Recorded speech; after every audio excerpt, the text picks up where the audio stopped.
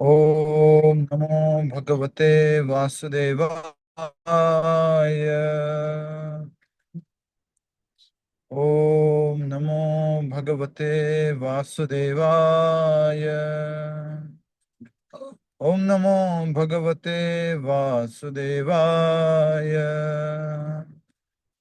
मुखं करोति वाचालं पंगुं लंघयते गिरिं यत्कृपातमहं वन्दे श्रीगुरुं दीनतारिणं परमानन्दमाधवं श्रीचैतन्यमीश्वरं नारायणं नमस्कृत्यं नरं चैव नरोत्तमं देवीं सरस्वतीं व्यासं ततो जयमुदीरयेत् नष्टप्रायेषु भद्रेषु नित्यं भागवत सेवया भगवती उत्तम श्लोक भक्तिर्भवती नैष्टिकी। नमो ओम विष्णुपादाय कृष्णप्रेष्ठाय भूतले श्रीमते भक्तिवेदांत स्वामिनिति नामिने नमस्ते सरस्वते देवे गौरवाणी प्रचारिणे निर्विशेष शून्यवादी पाश्चात्य देशतारिणे। जय श्री कृष्ण चैतन्य प्रभु नित्यानंद श्री अद्वैत गदाधर श्रीवासादि गौर भक्त वृंद। हरे कृष्ण कृष्ण कृष्ण हरे हरे, हरे राम राम राम हरे हरे। श्री गुरु गौरांग और गोविंद भगवान की जय। श्री श्री राधा वृंदावन चंद्र की जय। विश्व गुरु श्रील प्रभुपाद की जय। निताय गौर प्रेमानंदे हरि हरि बोल। श्रीमद् भागवतम प्रथम स्कंद अध्याय 13 श्लोक संख्या आज हम समझ रहे हैं 25। कल हमने श्लोक संख्या 24 तक, 15 श्लोक संख्या 15 हमने श्लोक संख्या 14 तक समझा। और श्लोक संख्या 14 में हमने देखा कि इस प्रकार अपने कुटुंबियों द्वारा देवतुल्य सम्मानित होकर महात्मा विदुर कुछ काल तक अपने बड़े भाई की मनोदशा को ठीक करने हेतु तथा इस प्रकार अन्य सबको सुख देने हेतु वहां पर रहे। वैसे तो वो वानप्रस्थ आश्रम में थे, लेकिन फिर भी नेक्स्ट वो संन्यास आश्रम में जाना चाहते थे। और फिर भी उन्होंने जो है अपने भाई का कल्याण सोचते हुए, इसका नाम धृतराष्ट्र है, कि वो उनको इस भौतिक सांसारिक मोह से बाहर निकाले और का भी उद्धार हो, इस उद्देश्य से उन्होंने जो है वहां कुछ समय और रहना चाहा, निश्चय किया। श्लोक संख्या 15 उच्चारण करेंगे सभी भक्त लोग साथ साथ। अभिव्रत अर्यमा दंडम यथावत अघकारिषु यावत् दधार शुद्रत्वं शापात् वर्षशतं यमः। अभि अभिभ्र अभिभद्रयमा दंडम यथावदघं कारिषु यावद्दधार शुद्रत्वं शापाद् वर्षशतं यता यमम्। शापाद वर्षशतं यमः। अभिभद्रयमा दंडम यथावद्घा अघकारिषु यावद्धार शुद्रत्वं शापाद वर्षशतं यमः। शब्दार्थ। अब अभिभ्रतान दिया गया, अरेमा अरेमा, दंडम दंड, यथावत समुचित, अघकारेषु पाप करने वालों को, यावत जब तक, दधार स्वीकार किया, शुद्रत्वम शुद्र का शरीर, शापात शाप के फलस्वरूप, शतम वर्ष शतम 100 वर्षों तक, यमः यमराज। अनुवाद तथा तात्पर्य श्रील प्रभुपाद जी द्वारा। श्रील प्रभुपाद जी की जय। अनुवाद। मंडुक मुनि के द्वारा शापित होकर जब तक महात्मा विदुर ने शूद्र का चरित्र निभाया, तब तक पाप कर्म करने वालों को दंडित करने हेतु यमराज के पद पर। हमारे मन में ये प्रश्न आता है, जब हम पहले कथा समझे थे, कि जब यमराज जी विदुर बन गए हैं, तब यमराज जी के पद पर कौन है, उनके कार्यभार को कौन संभाल रहा है। यह कि यमराज जी का पद खाली है, अभी कोई वहां पर कार्यभार नहीं संभाल रहा है। तो एक प्रभु जी बता रहे थे इससे संबंधित, अगर मालूम पड़ जाए किसी व्यक्ति को कि यमराज का पद अभी खाली है, यमराज जी भी छुट्टी पर चले गए हैं, तो लोग क्या करेंगे?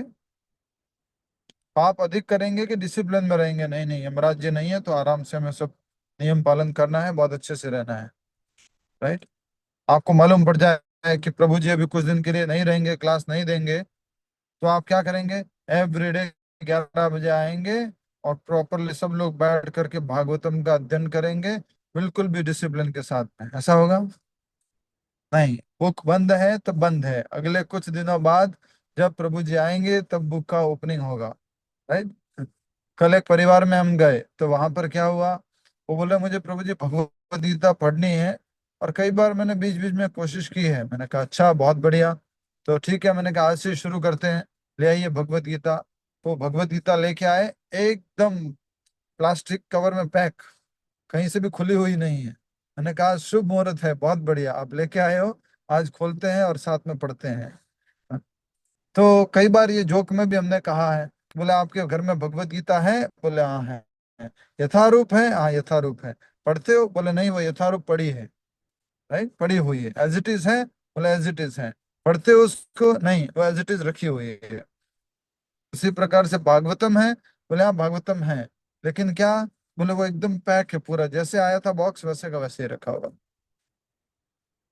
तो यहाँ पर अभी हम जो ये भागवतम का अध्ययन कर रहे हैं, इसमें यमराज जी के बारे में बताया जा रहा है कि विदुर जी जो है वो यमराज जी के अवतार हैं। और विदुर जी जब प्रकट हो गए, यमराज जी जब विदुर जी के रूप में प्रकट हो गए हैं, तो उनके उस स्थान को अरेमा जो है वो देख रहे थे, वो कार्यभार संभाल रहे थे। ठीक है, एक बार फिर से पढ़ रहे हैं। मंडुक मुनि के द्वारा शापित होकर जब तक महात्मा विदुर ने शूद्र का चरित्र निभाया, तब तक पाप कर्म करने वालों को दंडित करने हेतु यमराज के पद पर अरेमा कार्य करते रहे। ठीक है, अब मैं निवेदन करूंगा, एक जना कोई भक्त जल्दी से रिसर्च करो। मंडुक मुनि का आश्रम, मंडुक मुनि की गुफा, बेंगलोर में जो वैकुंठा हिल है वहीं पर है ना? पर देखिए, कंफर्म कीजिए। मंडुक मुनि की गुफा, मंडुक मुनि की गुफा बेंगलोर में, वैकुंठा हिल। मंडुक मुनि की गुफा बेंगलोर में, वैकुंठा हिल जो अपना मंदिर है, वैकुंठा हिल में वहीं पर है ना? वहीं पर है? कुछ सर्च किए? यस, यस नो, यस ये है, नो ये है, मतलब जी यस, ठीक है। तो मंडुक मुनि की गुफा वहीं पर है। और ऐसा कहते हैं कि तिरुपति बालाजी स्वयं वेंकटेश्वर भगवान श्रीनिवास अर्थात नारायण जब धरती पर आए, लक्ष्मी जी धरती पर आए, फिर उनकी बाद में जब यहाँ पर लीला हुई, उसके बाद यहाँ पर जो उनकी शादी आदि हुई, उसके बाद पहली बार वो यहाँ पर आए थे मंडुक मुनि के पास वाले इस चट्टान पर, और यहाँ पर वो रहे थे और अपना समय यहाँ निकाला था। इसलिए आज वहां पर इस्कॉन बेंगलोर मंदिर के द्वारा राजाधिराज गोविंदा तिरुपति बालाजी का मंदिर स्थापित किया गया है। तात्पर्य, महात्मा विदुर शूद्र स्त्री की कोख से उत्पन्न होने के कारण अपने भाइयों महाराज धृतराष्ट्र तथा पांडु के साथ राज्य के उत्तराधिकार से भी वंचित थे। तो भला वे महाराज धृतराष्ट्र तथा महाराज युधिष्ठिर जैसे विद्वान राजाओं एवं क्षत्रियों के शिक्षक पद पर कैसे रह सकते थे? इसका पहला उत्तर यह है कि यद्यपि वे जन्म से शूद्र माने जाते थे, लेकिन अनुसार आध्यात्मिक उन्नति के लिए संसार का परित्याग कर दिया था और उनसे आध्यात्मिक शिक्षा प्राप्त की थी। अतएव वे आचार्य पद को ग्रहण करने हेतु पूर्णतया सक्षम थे। क्लियर है? क्यों? क्योंकि वो आध्यात्मिक रूप में आगे बढ़ चुके थे। मैत्रेय मुनि से उन्होंने शिक्षा प्राप्त की थी अध्यात्म की। इसका पद पर आने हेतु, आचार्य पद को प्राप्त करने हेतु पूर्णतया सक्षम है। श्री चैतन्य महाप्रभु के अनुसार कोई भी व्यक्ति जो दिव्य ज्ञान का ईश तत्व में निपुण है, दिव्य ज्ञान, ग्रस्त हो या सन्यासी, गुरु होने हेतु योग्य हैं।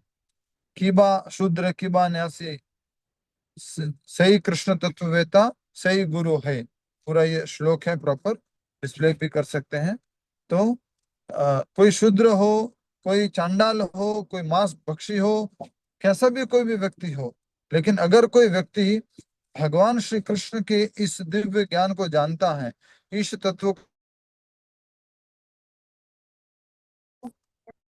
भगवान का भक्त है। अकॉर्डिंग प्रभु जी, बीच में आपका नेटवर्क हैंग हो रहा है, इसलिए हमने पॉज कर दिया था। अच्छा, अभी ठीक है। हाँ जी। हरे कृष्ण, अभी ठीक है ना? ओके। तो हम पढ़ रहे हैं कि श्री चैतन्य महाप्रभु ने एक बहुत ही सुंदर श्लोक बताया है, और उसके अंतर्गत कहा गया है, शिल्पा जिंदल माता जी ने शेयर किया है, किबा विप्र किबा न्यासी, शूद्र कहने नए, यही कृष्ण तत्ववेत्ता। हो, कोई अ, अ, त्यागी हो, कोई शूद्र हो, लेकिन अगर वो भगवान श्री कृष्ण के विज्ञान को नहीं जानता है तो वो गुरु नहीं है। लेकिन कोई अगर शूद्र भी है और कृष्ण तत्व विज्ञान को जानता है, मांस भक्षी भी है लेकिन कृष्ण तत्व विज्ञान को जानता है, तो वो गुरु है। पर कौन से गुरु? शिक्षा गुरु। ठीक है,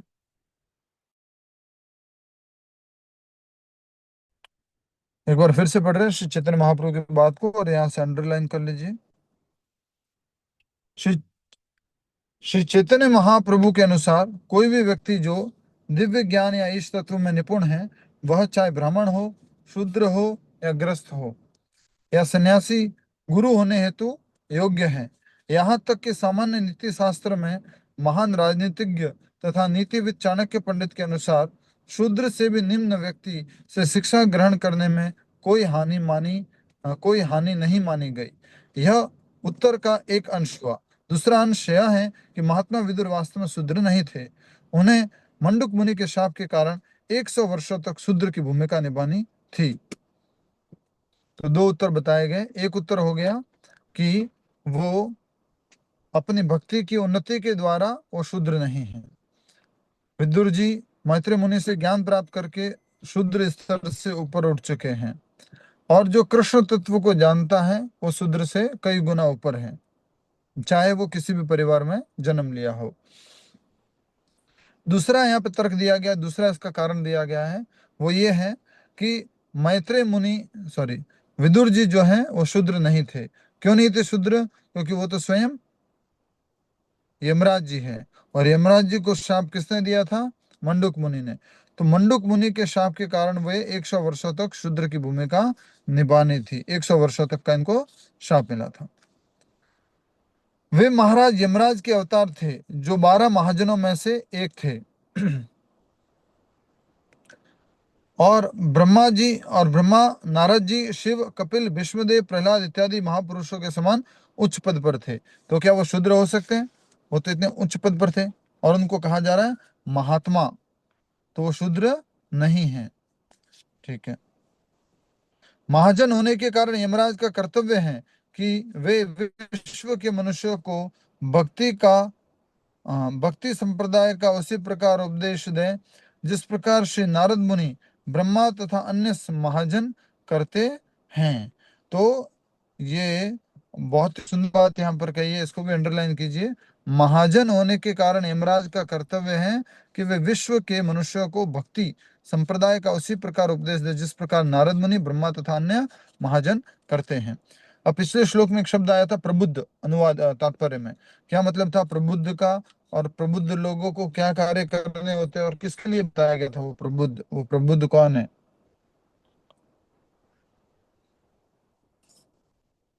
ये हाथ खड़ा कीजिए। किसके लिए वो शब्द बताया गया था प्रबुद्ध?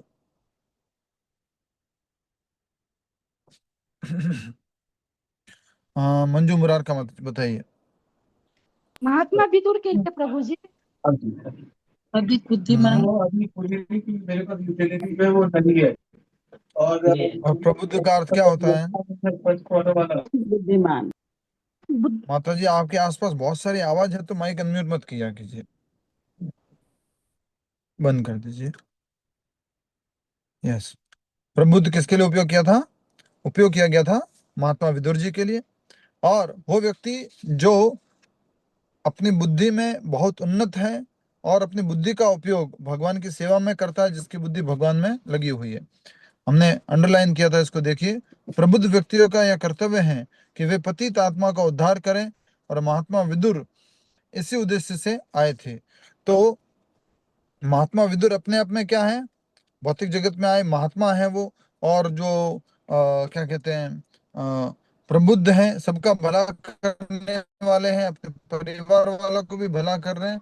सेम ड्यूटी जब उनका रियल रूप था, वास्तविक रूप था, तो उनका वास्तविक रूप क्या था? यमराज का।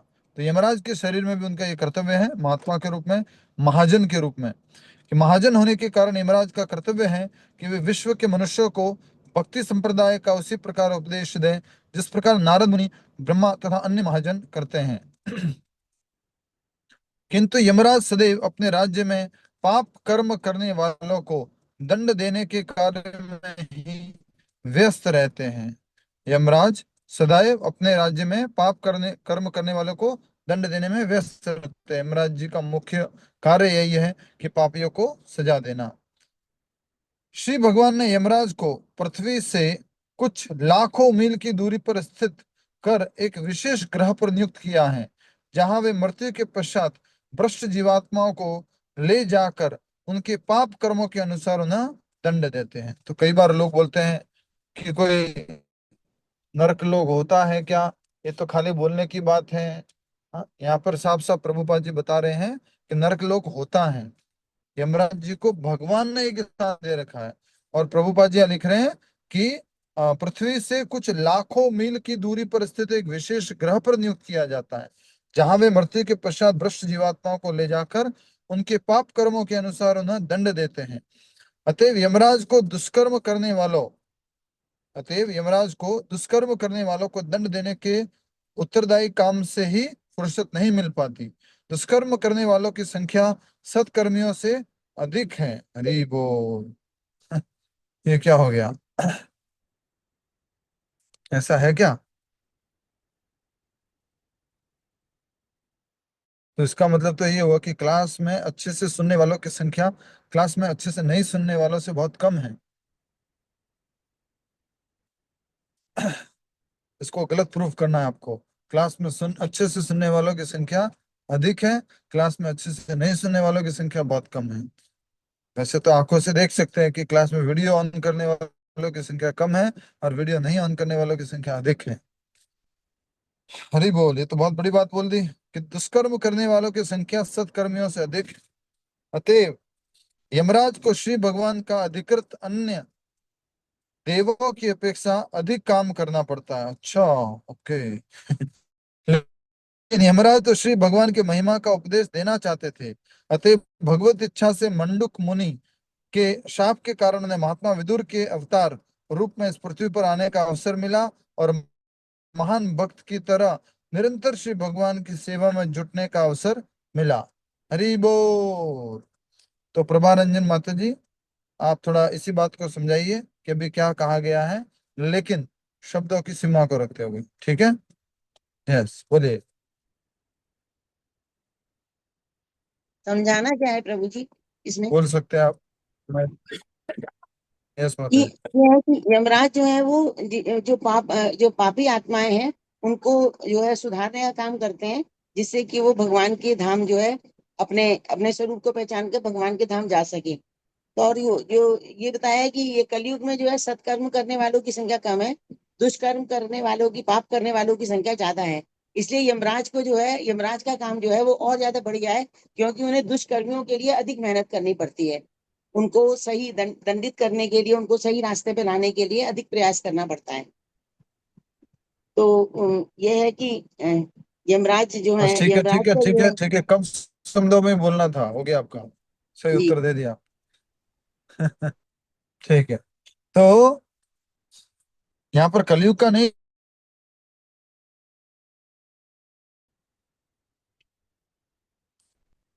ठीक है।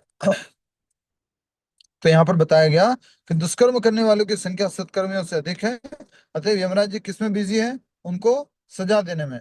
तो उनको एक चीज के लिए टाइम नहीं मिल रहा है। किस चीज के लिए टाइम नहीं मिल रहा है अनिता देसाई माता जी? यमराज जी को टाइम नहीं मिल रहा है, किस चीज के लिए? बिजी है बहुत। पापियों को दंडित करने के लिए समय नहीं मिल रहा है। बिजी तो उसी में है वो, फिर समय कैसे नहीं मिल रहा? प्रीचिंग के लिए टाइम नहीं मिल रहा है उनको। भगवान की प्रीचिंग भक्ति के लिए के लिए, टाइम नहीं मिल रहा है। जी, समझ गए। भगवत हाँ। भक्ति के लिए। नहीं, प्रीचिंग के लिए। महाजन होने के कारण यमराज का कर्तव्य है कि वे विश्व के मनुष्यों को भक्ति संप्रदाय का उसी प्रकार उपदेश दे जिस प्रकार नारद मुनि, ब्रह्मा जी तथा अन्य महाजन देते हैं। अब यमराज जी भी उपदेश तो देना चाहते हैं, पर क्या हो गए हैं? बिजी हो गए हैं। किसमें बिजी हो गए? सजा देने में। दिन भर एक ही काम है उनका। अच्छा, क्या हिसाब किताब है तुम्हारा? अच्छा, इतने पाप किए, जा ठीक है उस नरक में जा तू। ठीक है, तेरे क्या है? अच्छा, तूने इतने सारे एक्सीडेंट किए, जा तू इस नरक में जा। अच्छा, तेरे क्या, तूने इतने सारे ये सब गलत काम किए, ठीक है तू रो रो नरक में जा, तू कुंभी पाक में तू जा। नरक में भेजने का उनका काम है, सबको सजा देने का ये काम है। अब जो है, इस कारण से अब इस कारण से वो प्रचार नहीं कर पा रहे थे। तो उनके मन में तो इच्छा थी मुझे भी प्रचार करना है, मुझे भी प्रचार करना है, लेकिन कर नहीं पा रहे थे। तो क्या हुआ? श्राप मिल गया। श्राप कितने वर्षों का मिला? 100 वर्षों का। तो 100 वर्षों में तुम बीच में जाकर के क्या करना? प्रीचिंग कर।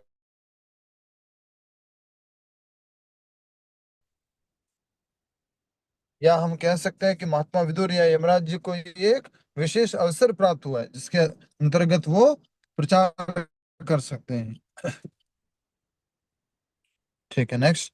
अतएव यमराज को श्री भगवान द्वारा अधिकृत अन्य देवों की अपेक्षा अधिक काम करना पड़ता है। लेकिन यमराज तो श्री भगवान की ही महिमा का उपदेश देना चाहते थे। अतः भगवत इच्छा से मंडूक मुनि के शाप के कारण उन्हें महात्मा विदुर के अवतार रूप में इस पृथ्वी पर आने का अवसर मिला और महान भक्त की तरह निरंतर श्री भगवान की सेवा में जुटने का अवसर मिला। ऐसा भक्त न तो शूद्र होता है न ब्राह्मण। तो भक्त हो गया वो शूद्र नहीं है। भक्त क्या होता है? शूद्र, ब्राह्मण, वैश्य आदि सबसे ऊपर वैष्णव है। यहाँ अंडरलाइन कीजिए। लेकिन यमराज तो श्री भगवान की महिमा का उपदेश देना चाहते थे। अतः भगवत इच्छा से मंडूक मुनि के शाप के कारण वे महात्मा विदुर के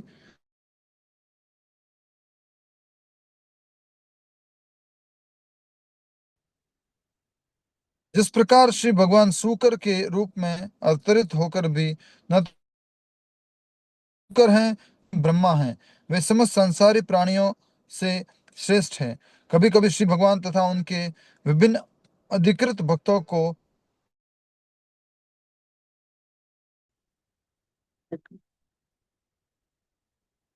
तो हम देख रहे हैं कि अतएव यमराज जो श्री भगवान द्वारा अधिकृत अन्य देवों की अपेक्षा अधिक काम करना पड़ता था यमराज जी को।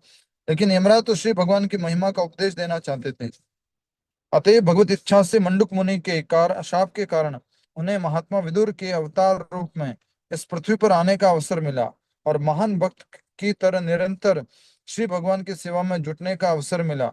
ऐसा भक्त न तो शूद्र होता है न ब्राह्मण, वह संसारी समाज के ऐसे विभाजन से परे होता है। जिस प्रकार श्री भगवान सूकर के रूप में अवतरित होकर भी न सूकर हैं न ही ब्रह्मा हैं, वे समस्त संसारी प्राणियों से श्रेष्ठ हैं। कभी कभी श्री भगवान तथा उनके विभिन्न अधिकृत भक्तों को बद्ध जीवों के उद्धार हेतु निम्नतर प्राणियों की भूमिका निभानी पड़ती है, निम्नतर रूप लेकर के आना पड़ता है। किंतु श्री भगवान तथा उनके शुद्ध भक्त दोनों सदैव दिव्य पद पर बने रहते हैं। जब यमराज इस प्रकार महात्मा विदुर के रूप में अवतरित हुए तो कश्यप तथा आदित्य के अनेक पुत्रों में से एक अरेमा ने यह पद संभाला। आदित्यगण अदिति के पुत्र हैं और आदित्यों की संख्या 12 है। अरेमा इन 12 आदित्यों में से एक है।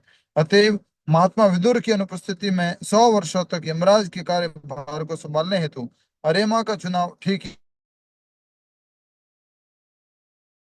हरे कृष्ण। यस।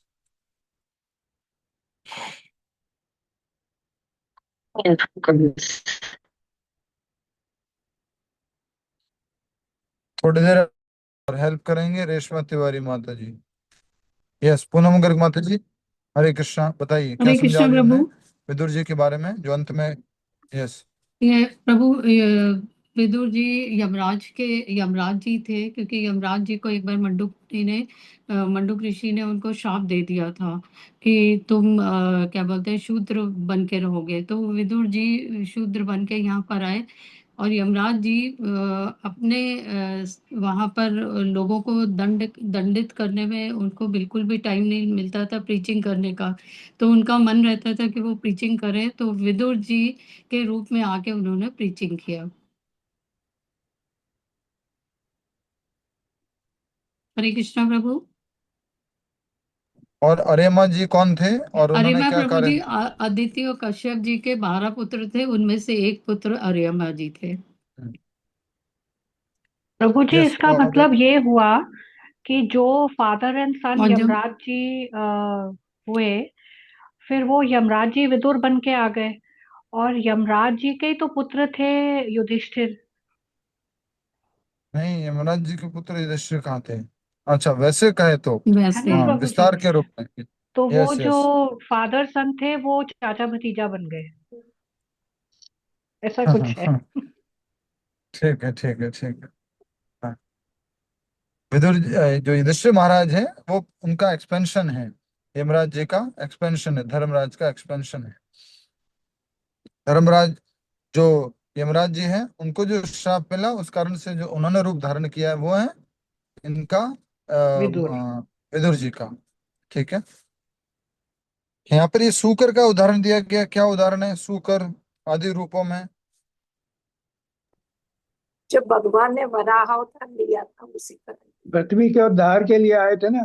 पृथ्वी का वराह अवतार लिया था ना प्रभु हिरण्य जी। कश्यप ने तो हिरण्यकश्यप। भगवान स्वयं भी प्रभु जी नीचे वाली जो एक योनि है, शुक्र के अवतार में आए थे वराह रूप में। तो इसीलिए अगर यमराज जी भी एक शूद्र के रूप में विदुर जी के रूप में आए, लेकिन जो दिव्य हैं वो दिव्य ही रहते हैं। यस। तो यहाँ पर कहा जा रहा है कभी कभी श्री भगवान तथा उनके विभिन्न अधिकृत भक्तों को बद्ध जीवों के उद्धार है तो निम्नतर योनियों प्राणियों की भूमिका निभानी पड़ती है, किंतु श्री भगवान तथा उनके शुद्ध भक्त दोनों सदैव दिव्य पद पर बने रहते हैं।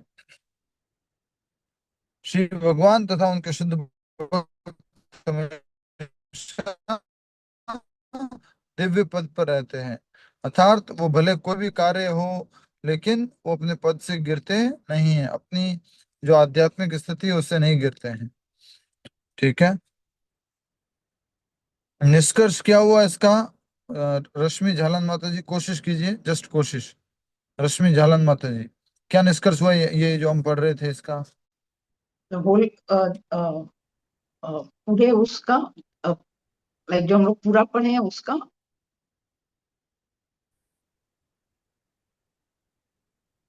पूरा पढ़े उसका निष्कर्ष क्या निकलता है। यही है कि जो यमराज जी, भगवान जी यही युधिष्ठिर चाहते हैं। सॉरी विदुर जी। बोलिए बोलिए। हम रिपीट ही करेंगे कि विदुर जी बने क्योंकि उनको एक सेकेंड वो नाम भूल जाती हूँ। मंडूक मुनि ने उनको श्राप दिया था क्योंकि वो सेम बात है, भगवान सही बोल की रहे हैं आप, सेवा सही नहीं बोल रहे कर हैं। रहे थे, प्रीच नहीं कर रहे थे। तो मंडूक मुनि ने उनको श्राप दिया था, तो वो धरती पे आए विदुर बन के। एंड जब वो विदुर जी बन के आए तो उनको फिर से विदुर जी बन के वो यहाँ के वो चाहते थे कि वो प्रचार करें, सो हाँ, उन्होंने उनकी प्रचार इच्छा थी किया। प्रचार करने की। Very good. हाँ।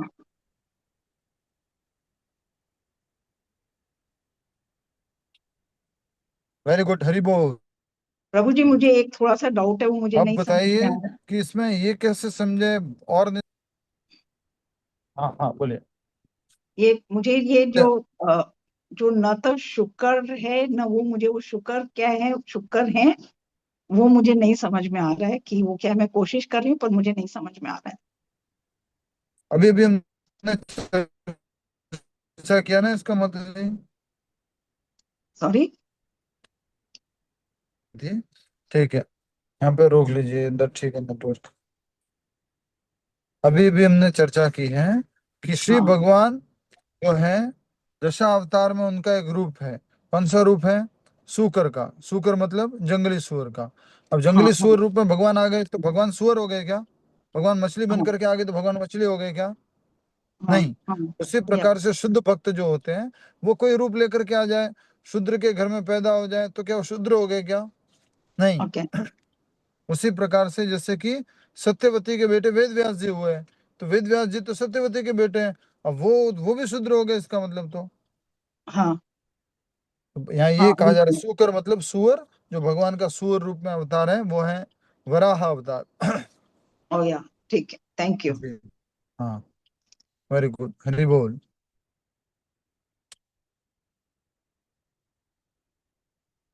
मुख्य शब्द लिख लीजिए, किसी और को कोई प्रश्न तो पूछ लीजिए। निष्कर्ष ये निकला कि विदुर जी न तो कोई शूद्र है, न ही किसी नीची योनि में पैदा हुए वाले व्यक्ति है।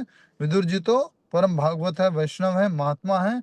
पहला कारण उसका ये कि वो मैत्रेय मुनि से दिव्य शिक्षा प्राप्त की। दूसरा कारण ये वो स्वयं यमराज जी है, स्वयं 12 महाजनों में से एक वो एक है। यस।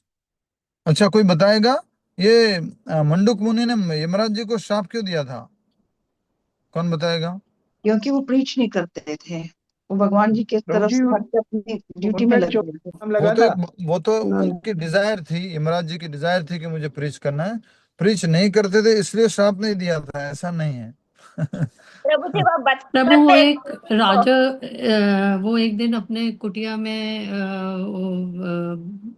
ध्यान में मग्न थे, कुछ चोर आके उनके कुटिया में रहते, वही वाला मंडूक मुनि वाला ने ऐसा समझा कि यमराज जी ने हाँ, गलत निर्णय लिया है, गलत गलत निर्णय निर्णय लिया। के कारण उनको सूली पर चढ़ा दिया गया था, तो उसके कारण मंडूक मुनि ने उनको शाप दिया था। किस ठीक चीज के ठीक। लिए गलत निर्णय प्रभु जी? मुख्य शब्द, बचपन में की हुई गलती मंडूक थी। मुनि एक बार अपने आश्रम में थे, एक राजा के यहाँ जो है चोरी हो गई थी, और चोरी में जो है चोर चोरी करके भाग गए थे, और उसके बाद जो है चोर चोरी करके भागे, उसके बाद वो जा करके छुप जाते हैं। कहाँ छुप जाते हैं? मंडूक मुनि की गुफा में, वहां छुप जाते हैं। अब सिपाही आते हैं पीछे से ढूंढते हुए, तो सिपाही देखते हैं कि चोर तो यहाँ छिपे हुए हैं, तो उनको क्या लगा चोर कौन है? मंडूक मुनि। उनको लेकर के राजा के पास जाते हैं, और राजा उनको क्या सजा सुना देते हैं? शूली पर चढ़ाने की। प्रभु शुभ जी आवाज नहीं आ रही ठीक। समझ गए? ऐसा तीखा है कुछ है, और उसके ऊपर बिठा देंगे उनको अपने बाहर के। हरे कृष्ण, अब तो ठीक है शायद नंदन जी? वही हरे हाँ कृष्ण, वाइब्रेट प्रभु हो अब रही है ठीक आ आवाज रही आप। है। हरे कृष्ण, अब ठीक है ना अभी संतोष सही है प्रभु? प्रभु। अरे अब तो मैं एक जगह खड़ा हूँ, देना। हरे कृष्ण, हरे कृष्ण, कृष्ण कृष्ण हरे हरे राम, हरे राम राम। ठीक है ना माता जी? हाँ जी क्लियर है? प्रभु, हाँ जी। ओके। तो मंडूक मुनि जो है, उन्होंने जो है जा करके राजा से पूछा मुझे क्यों श्राप दिया गया है, तो सॉरी श्राप नहीं, मुझे क्यों सजा दी गई है। तो राजा ने बताया कि तुमने चोरी की है, लेकिन मंडूक मुनि कहते हैं मैंने तो चोरी नहीं की, तुमने गलत तरीके से मैंने मेरे को पकड़ा और सजा दे रहे हो। तो वो सीधा किसके पास चले जाते हैं? यमराज जी के पास। और यमराज जी को बोलते हैं मेरे को किस पाप की सजा दे रहे हो, मैंने तो चोरी नहीं की है, मुझे क्यों सजा दे रहे हो? तब जो है यमराज जी बताते हैं उनको कि आपने बचपन में एक छोटी सी चींटी के शरीर में एक कांटा लेकर के उसको बेधा था, तो उस कारण से तुम्हें भी उसी प्रकार की सजा दी जा रही है, तुम्हें भी सूली पर चढ़ा करके सजा दी जा रही है। तब मंडूक मुनि कहते हैं कि बचपन के अनजाने में की हुई उस गलती की तुम मुझे इतनी बड़ी सजा दे रहे हो, मैं तुम्हें श्राप देता हूं कि तुम 100 वर्षों तक के लिए शूद्र बन जाओगे। ठीक है, क्लियर है सबको? ओके। मुख्य शब्द, शापाद वर्ष शतम यमः, शापाद वर्ष शतम यमः।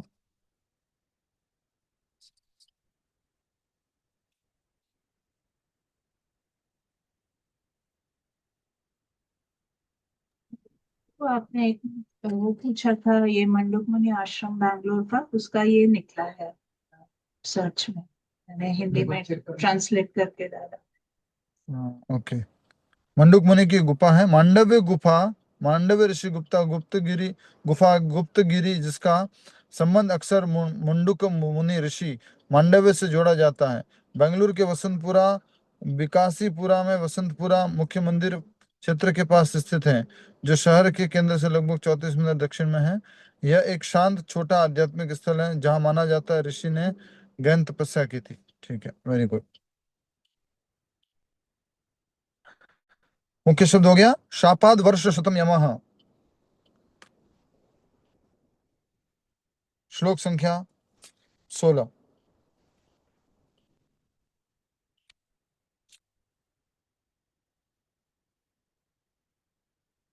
युधिष्ठिरो लब्धराज्यो दृष्ट्वा पौत्रं कुलंधरम भ्रातर्भिर्लोकपालार् भेमे मुमुदे परया श्रिया।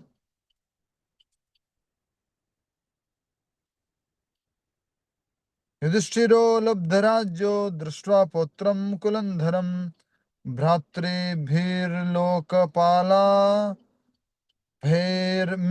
भेर्मुमुदे परया श्रिया।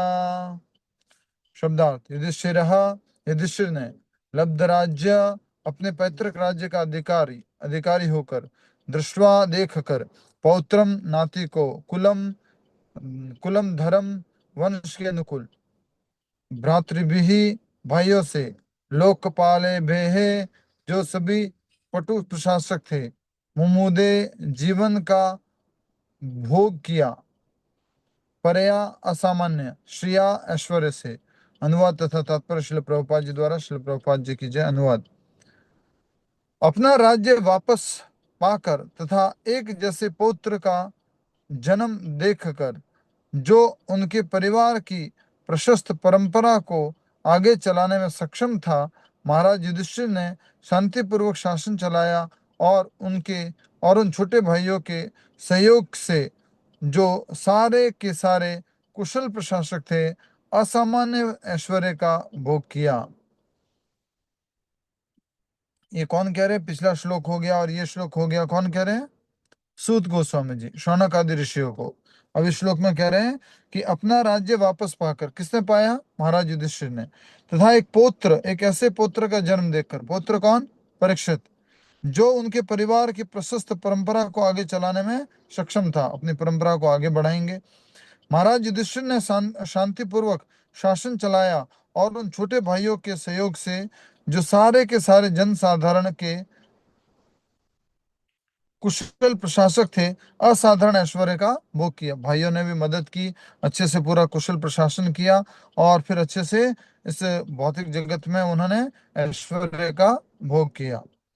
तात्पर्य, महाराज युधिष्ठिर तथा अर्जुन दोनों ही कुरुक्षेत्र के युद्ध शुरू होने के दिन से ही अप्रसन्न थे, किंतु युद्ध में स्वजनों को मारने की अनिच्छा होते हुए भी उन्हें उसे कर्तव्य समझकर करना पड़ा था, क्योंकि भगवान श्री कृष्ण की परम इच्छा से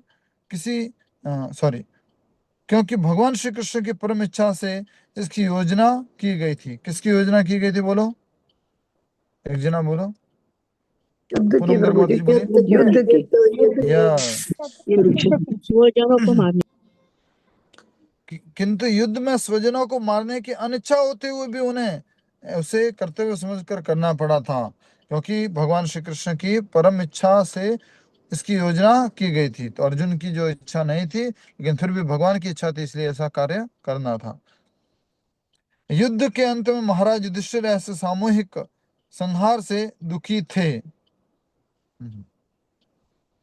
एक प्रकार पांडवों के उपरांत कुरुवंश को चलाने वाला कोई नहीं था। यदि एकमात्र आशा शेष थी तो वह पुत्रवधू उत्तरा के कोक में स्थित बालक तथा उस पर भी अश्वत्थामा ने हमला कर दिया था, किंतु श्री भगवान की कृपा से वो बालक बच गया। अतएव सभी उपद्रवों के शांत होने पर, राज्य में शांति स्थापित होने पर और एकमात्र बचे हुए बालक परीक्षित को देखकर युधिष्ठिर महाराज संतुष्ट थे, तथा क्षणिक और भ्रांत करने वाले भौतिक सुख के प्रति आकर्षण न होने पर भी मानव होने के कारण उन्हें कुछ चैन मिला। कुछ समझ में आया आपको? ठीक है, एक बार फिर से देखिए यहाँ से। एक प्रकार पांडवों के उपरांत कुरु वंश को चलाने वाला कोई न था। यदि एकमात्र आशा थी तो वह पुत्र वधु उत्तरा की कोख में स्थित बालक था, और उस पर भी अश्वत्थामा ने हमला कर दिया था, किंतु श्री भगवान की कृपा से वह बालक बच गया था। कौन सा बालक है ये? परीक्षित महाराज। परीक्षित परीक्षित महाराज, महाराज। Very good.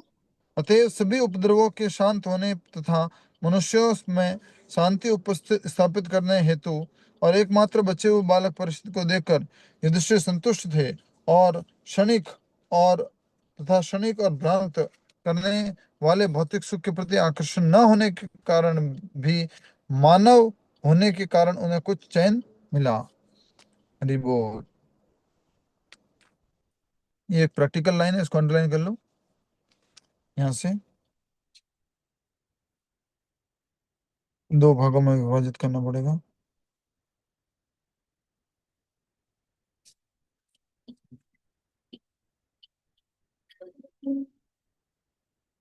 ठीक है, एक ही।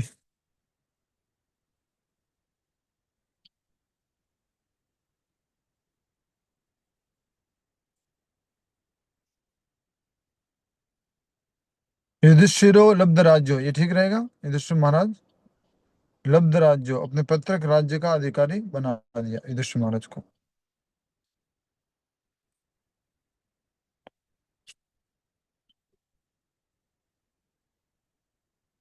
ठीक है, 15 नहीं बोले हैं, माता जी बोल दिया था, 2 बार बोला, 3 बार बोला। तो आवाज गड़बड़ शापाद की वर्ष होगी। शतम यमः।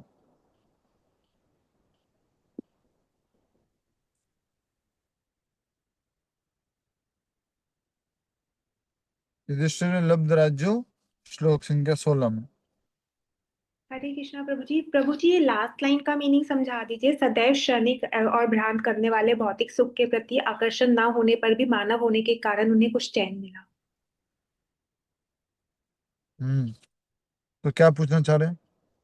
प्रभु जी वो तो ही was unattached to all the material things, उनको तो किसी भी मटेरियल थिंग्स पे था ही नहीं, तो चैन किस चीज का मिला, मतलब हैप्पीनेस मिली उन्हें, मतलब किस चीज का संतुष्ट तो उनको ये देख के कि भाई परीक्षित रह गए हैं, अब वो राज्य आगे संभाल लेंगे, वो तो समझ में आ गया, बट चैन किस चीज से मिला? मटीरियलिस्ट थिंग की तरफ तो वो अटैच्ड ही नहीं थे ना कभी भी। हाँ, देखिए यहाँ पढ़िए। अतएव सभी उपद्रवों के शांत होने तथा राज्य में शांति स्थापित होने पर और एकमात्र बचे हुए बालक परीक्षित को देखकर युधिष्ठिर संतुष्ट थे, तथा क्षणिक और भ्रांत करने वाले भौतिक सुख के प्रति आकर्षण न होने के कारण भी मानव होने के कारण उन्हें कुछ चैन मिला। मनुष्य तो है, तो तकलीफ तो होती है, परेशानी तो होती है, ऐसा लगता है कि मेरे द्वारा पाप हुआ, मेरे द्वारा अपराध हुआ है, उसकी गिल्टी तो होती है। कितना भी बड़ा प्रवचन देने वाला हो, लेकिन घर के किसी सदस्य की मृत्यु हो जाती है तो क्या उसको दुख नहीं होता? होता है। अर्जुन ने जो है वो भगवान श्री कृष्ण से भगवत गीता सीख ली, लेकिन जब अभिमन्यु मारा गया तब बहुत दुखी हुए, बहुत रोए और प्रतिज्ञा ले ली उन्होंने। तो इस प्रकार से जो बात की जा रही है वो ये है, जो चैन मिलने की, वो ये है कि भौतिक जगत में रिश्ते समाज आदि के अंतर्गत वो चैन से रह सके, इस प्रकार से। मानव होने के कारण। तो प्रभु जी एक यस। ये भी है ना, भौतिक भौतिक सुखों की तरफ उनका कोई आकर्षण नहीं था। उनको ये भी संतुष्टि हुई कि उनका जो पोता आ रहा है राज करने, वो भी शुद्ध भक्ति है। हम्म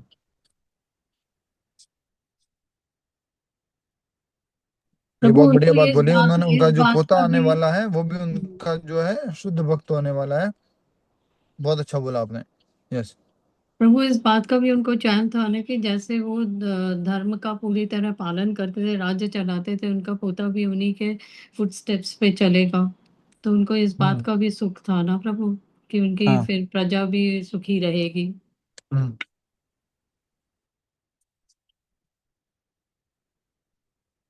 मानव होने के कारण चैन मिला, इतनी सी बात है। भौतिक आकर्षण नहीं है, लेकिन मानव है। मानव थोड़ा बहुत ऐसा मन में भाव आ जाती है, चीजें आ जाती है।